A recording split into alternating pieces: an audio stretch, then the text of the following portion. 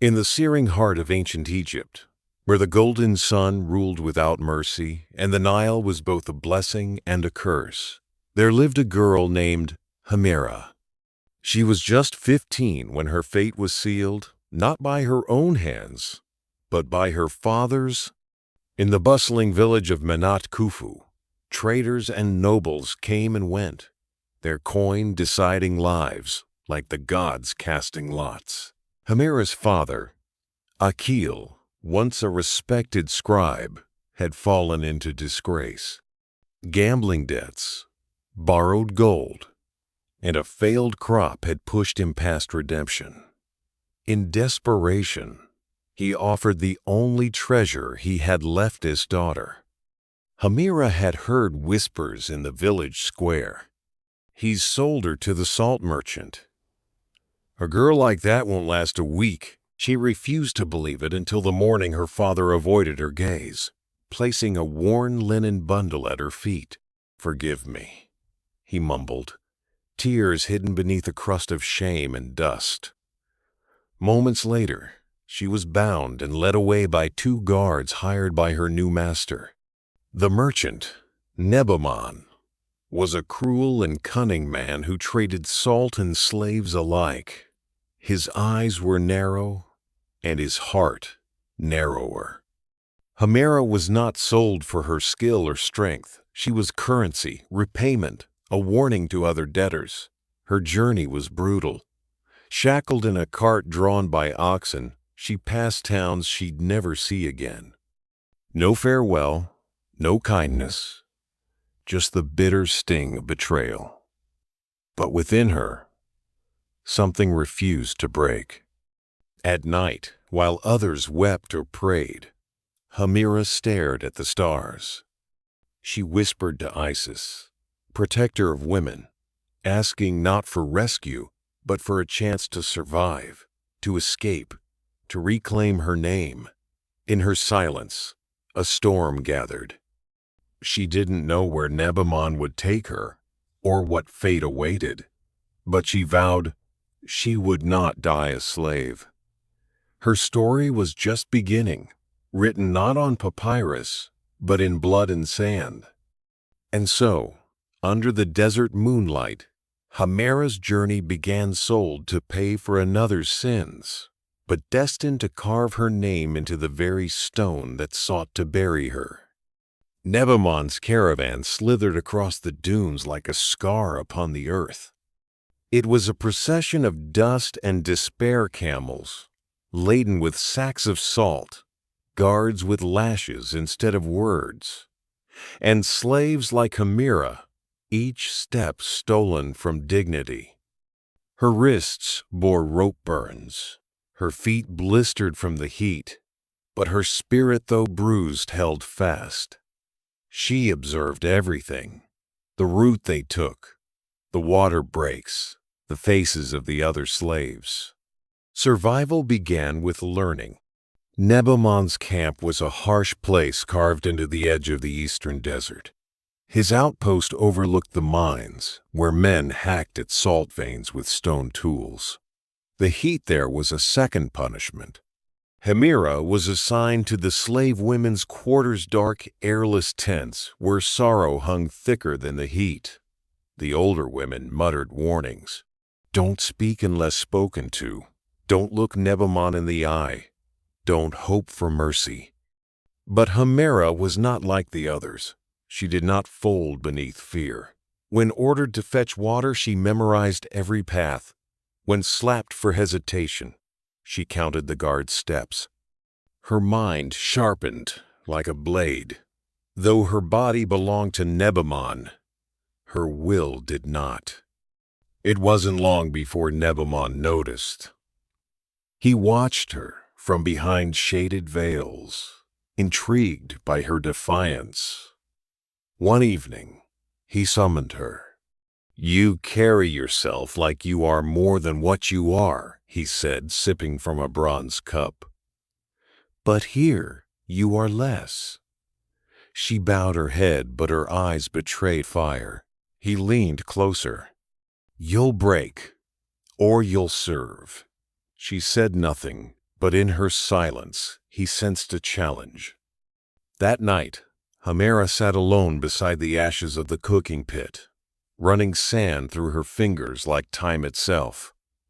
The other slaves avoided her, fearing that rebellion could be contagious. She didn't blame them. They had been broken slowly, like clay beaten into submission. But she would not be shaped by Nebamon's hands. Instead, she made a silent vow. If freedom required pain, she would endure it. If escape meant risking death, she would welcome it. Hameera was not merely surviving. She was waiting, watching, preparing. Because even in chains, a storm can rise. 3 weeks passed in the salt camp, each day blurring into the next, marked only by the screams from the mines and the silent collapse of bodies too weak to go on. But on the 22nd day, something changed. A new figure arrived tall, cloaked in linen robes darker than the desert sand, with skin weathered by sun and time. He rode a donkey, not a camel, and carried a satchel of herbs instead of weapons. They called him Seher the Healer. Nebamon met him with fake warmth. "Another fool hoping to mend the dying? You'll have no shortage of business." Seher nodded without a word and entered the camp. He moved like a shadow, silent but seeing everything. The guards dismissed him as a wandering physician, but the slaves, they watched him with cautious hope. No one came to this place willingly. Hameera first saw him near the slave tents, tending to an old miner's cracked feet. His hands were gentle, his gaze patient. Unlike others, he didn't flinch at the smell of rot or the sight of wounds. He cleaned, he bandaged, he listened. But when he glanced at her, something passed between them, recognition not of face, but of spirit. She turned away quickly, but his presence stirred something long buried. Trust. That evening, Seher stopped her as she carried water. "Your hand's blistered," he said softly, reaching out. She pulled back. "I don't need kindness," she snapped. "Kindness dies here." He didn't argue. Instead, he unrolled a strip of cloth and placed it on a stone nearby. "For when you decide otherwise." Then he walked on. Later that night, her hands throbbed so violently she could barely sleep. Swallowing her pride, she returned to the stone. The cloth was still there, now slightly damp with cooling balm. She wrapped her palms in it, eyes stinging not from the pain, but from the memory of what mercy once felt like. From that day on, Seher became a quiet fixture in her days. They spoke little, but in those glances and nods, something fragile began to form. Not love, not yet, but the beginning of an alliance. He asked no questions, but she knew he saw her. The fire, the fight. And for the first time, she wasn't alone in it. The camp had a rhythm, brutal and unchanging sunrise labor, midday torment, sunset silence. But beneath that cruel cycle, Hameera and Seher began weaving a quiet thread of connection. She brought him torn cloth for bandages. He taught her which desert plants eased fever and which roots dulled pain. Their exchanges were simple, often wordless. But in this land of lashes and leers, even silence could be sacred. One afternoon, Hameera found herself ordered to carry a broken pot of water to the mines. The pot leaked steadily, soaking her dress as the guards jeered. "Clumsy witch," one spat. "Try not to drown in your own filth." She grit her teeth and kept walking. At the mine's edge, she stumbled, knees scraping stone. Blood trickled down her leg. Saher appeared beside her as if summoned by suffering. He crouched low, tending her wound with a cloth dampened from his own flask. "You let them see only what you want," he whispered, tying the cloth. "But you're not invisible to everyone." Her eyes flicked to his. "Why do you help me?" He paused, then said softly, "Because once, someone helped me, when I didn't deserve it." That night, Hameera couldn't sleep. She kept thinking about his words. What had Saher done?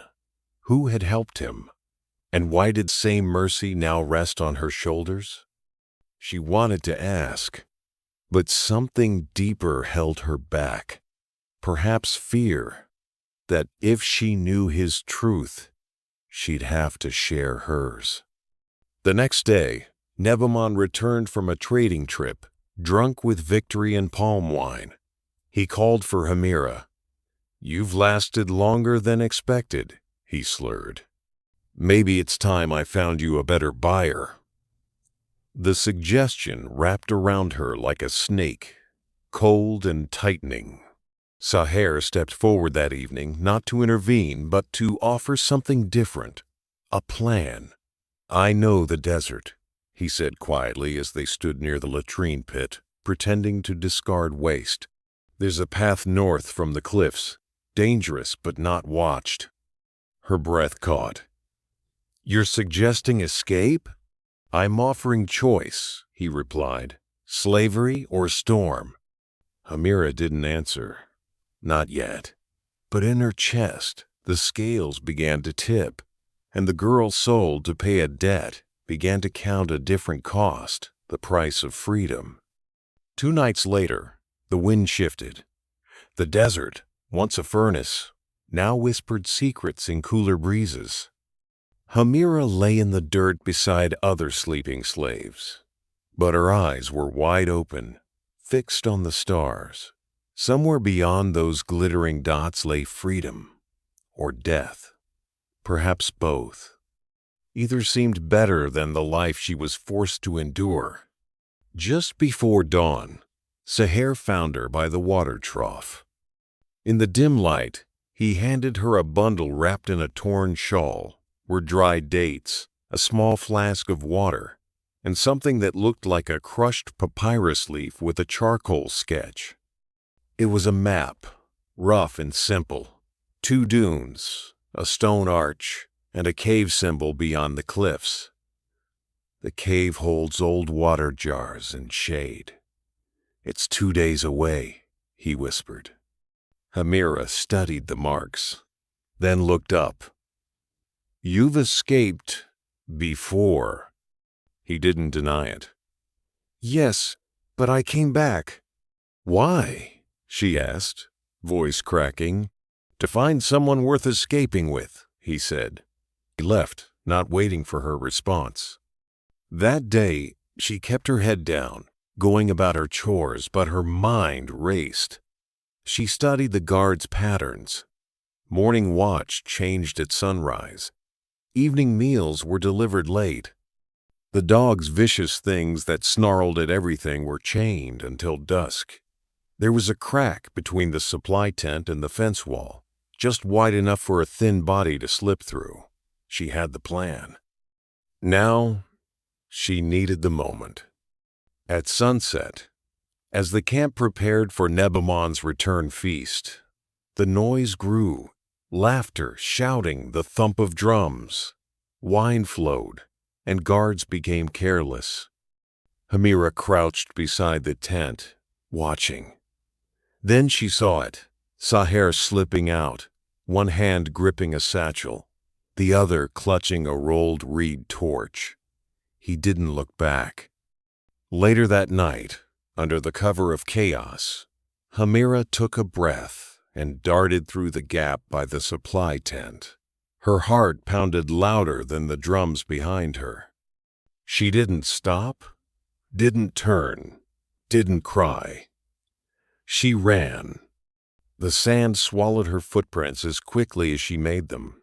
She had no gods to pray to, only her feet and the stars. Behind her, the camp roared with celebration. Ahead, the desert waited in silence. The desert did not greet her with open arms. It met her like a beast, silent, scorching, and merciless. Hameera's feet bled within the first hour. The sand, cold, now under moonlight, turned jagged beneath her soles. Her bundle thumped against her side as she moved across the open plain, guided only by the faint memory of Sahir's map and the stubborn pulse of hope in her chest. By sunrise, the heat returned with vengeance. Her flask was half empty. The dates were gone. Her lips cracked, and her limbs trembled with exhaustion, but she pressed on. Every few steps, she whispered to herself, "I was not meant to survive, but I will." It became her chant, a rhythm louder than her heartbeat. Midday came. The cliffs were finally in sight, distant but real, like teeth jutting from the earth. She staggered forward, sand swirling around her ankles, and then, just as her knees gave way, she saw him. Sahir. He emerged from behind a rock, his robes pulled tight, his face shadowed by a hood. Without a word, he caught her before she fell and pulled her into the narrow shade of a boulder. She collapsed against it, chest heaving. "You were late," he murmured, pouring a few drops of water into her mouth. "You didn't wait," she rasped, forcing a dry smile. "I had to make sure the cave was safe," he replied. "It is, but we must reach it before nightfall. Scorpions and jackals won't wait for us to rest." With Sahir's help, they moved again. The journey was slower now. Two broken bodies, leaning on shared strength. Along the way, he spoke softly, telling her of others who had tried and failed, of those who had succeeded, of a village near the edge of the river where escaped slaves were hidden by priests who still believed in justice. "You think they'll help us?" she asked. "I know they will," he said. "But we must survive the night first."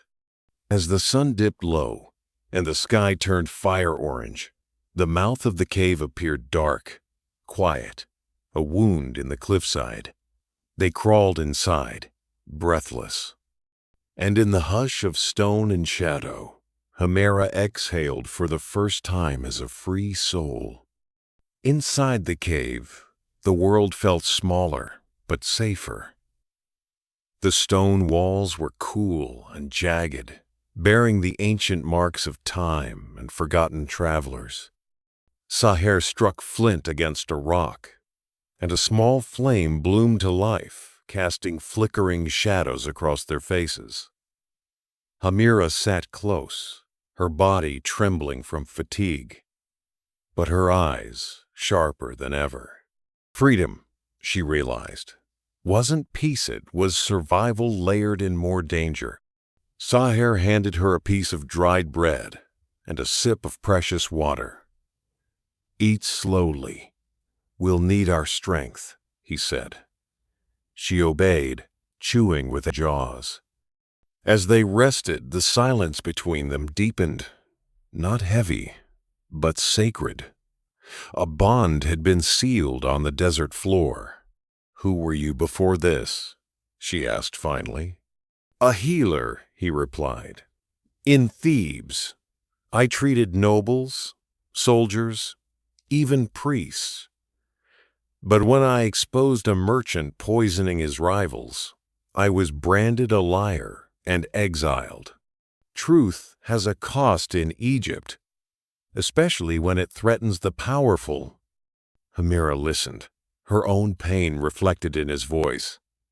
"My father sold me," she whispered. "Not out of hatred, just weakness." Sahir nodded slowly. Our paths weren't chosen, but what we do now, that is ours alone. That night, they took turns sleeping. Hameera dreamt of a life where no one owned her, where she chose her steps and shaped her future. But morning brought reality and more distance to cover. Before sunrise, they left the cave, climbing down the cliffs and navigating through valleys where the air buzzed with the sound of hidden predators. At one point, a snake slithered across Sahir's path. Without fear, he nudged it away with a stick. "Everything in this desert has a reason to strike," he said. "But we don't," Hameera answered, watching it disappear. "No," he agreed. "We fight to live, not to conquer." They walked until the sky turned copper. Far in the distance, green shimmered on the horizon, the Nile's fingers reaching into dry land. A village rested along its banks, smoke rising from cook fires.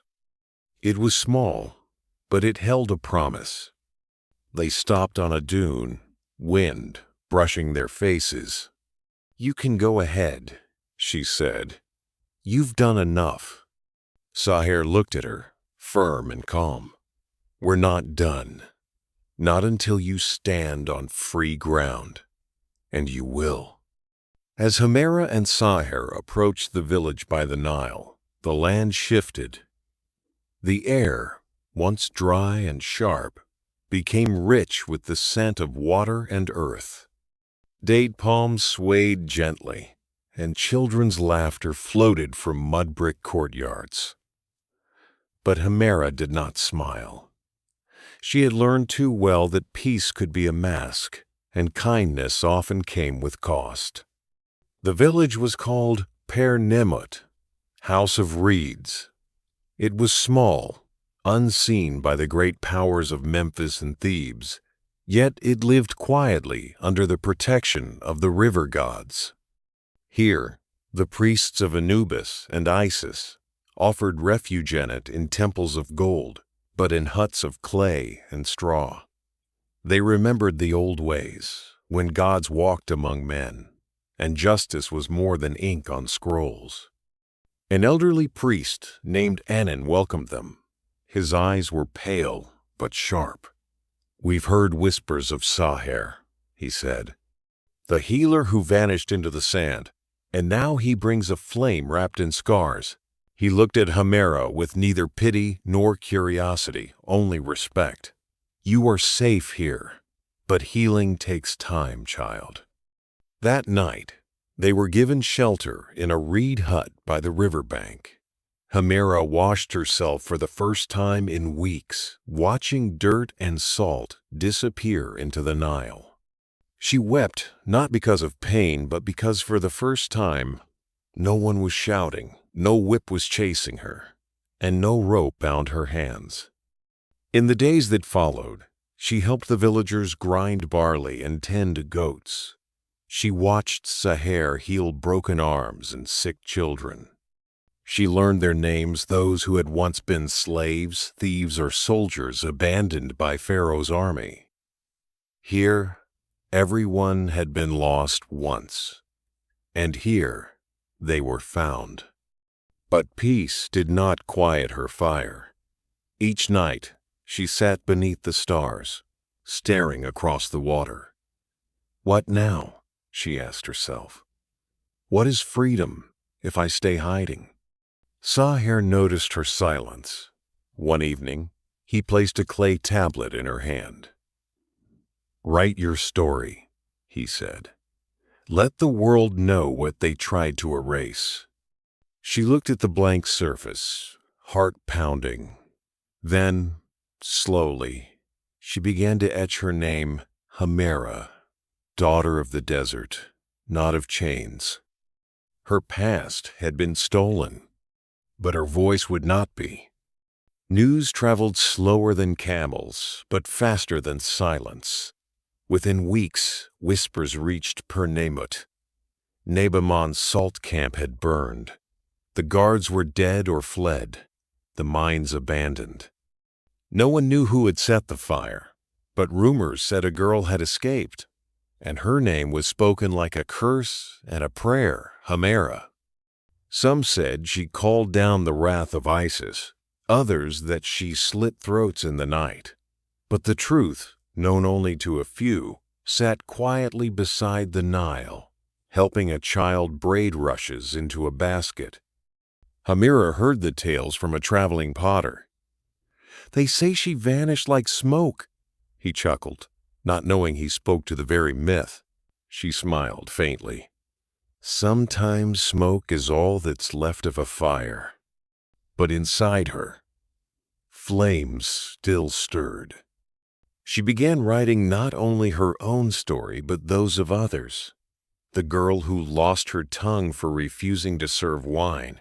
The boy who stole bread and was sold for it. The man who died digging salt with hands that once held his son. On clay tablets, she recorded their truths in simple, sharp words. The priests offered her a place to teach the children. She accepted not for status, but to ensure no one forgot the weight of a chain. Saher watched her with quiet pride. He had seen her at her lowest chained, bleeding, silent, and now he saw something greater, a voice, a leader, a future. One morning she told him, "I want to return, not to the camp, but to find others, girls like me. If someone hadn't stood beside me, I'd be dead. I owe the same." "You don't owe," he said gently. "You choose." She nodded. "Then I choose." Together, they began mapping paths, routes only survivors knew. They connected with caravans, farmers, even sympathetic scribes. Slowly, a network began to grow secret, sacred, powerful. Not of warriors, but of witnesses. Hameera was no longer just a runaway. She was a message. Even those sold as debts can rise as queens of their own fate. And the girl who wasn't meant to survive? She became the reason others did. Years passed, but Hameera's fire never dimmed. Her name, once spat in pity or scorn, now moved in hushed reverence from village to village, the desert's daughter, breaker of chains, the one who returned. She had built no palace, worn no crown, yet her legacy spread wider than any pharaoh's decree. In the north, traders left symbols at crossroads, a sun over a broken rope to mark safe paths. In the south, freed women whispered her name as they nursed their babies in peace. In Per Nemet, her school had grown beyond the reeds. What began as a hut was now a sanctuary. Children learned letters, numbers, and truth. But they also learned history, not the glorified tales carved by nobles, but the buried lives of those never meant to be remembered. Every name mattered. Every scar had a voice. And at the center stood Hameera, no longer hiding. Saher remained by her side not as protector, but partner. They were never bound by vows or ceremonies, only purpose. While he healed wounds of the body, she healed wounds of the spirit. And together, they became the kind of myth that built freedom, not fear. But freedom, she knew, was not eternal. There would always be another Nebamon, another camp, another girl with eyes too young for pain. That's why, one evening, she gathered her students beneath the stars and told them her full story. She didn't spare the darkness. She spoke of salt and blood, betrayal and bone-deep sorrow. And then she spoke of Saher, of the cave, of the choice she made to run not to escape, but to become. She ended with the same words etched on the stone tablet buried at the edge of the village. My chains were forged in silence. My freedom began when I screamed. The children sat quietly, some wiping tears, others clutching her hands. When she stood to leave, one young girl called out, "What's your real name, teacher?" Hameera paused, looking out across the river, where moonlight danced on the water. Then she smiled. "It doesn't matter what I was called," she said. "What matters is what I became." And just like that, the girl who was sold to pay another man's debt vanished from the world's chains, reborn in stories, in songs, in every child who chose to stand instead of kneel. And that was the story of Hameera, the girl sold like salt who rose like fire. Her journey reminds us that no chain is stronger than the will to be free, and no voice is too small to echo through history. What did you feel during her journey? Would you have escaped like her? Or stayed to survive another day? Tell us in the comments. Your thoughts matter more than you know. And if this story moved you, like, share, and subscribe to keep these forgotten voices alive. Tap the bell so you never miss a tale of courage, betrayal, and hope from the ancient world. Because every story we tell might be the story someone needs to hear.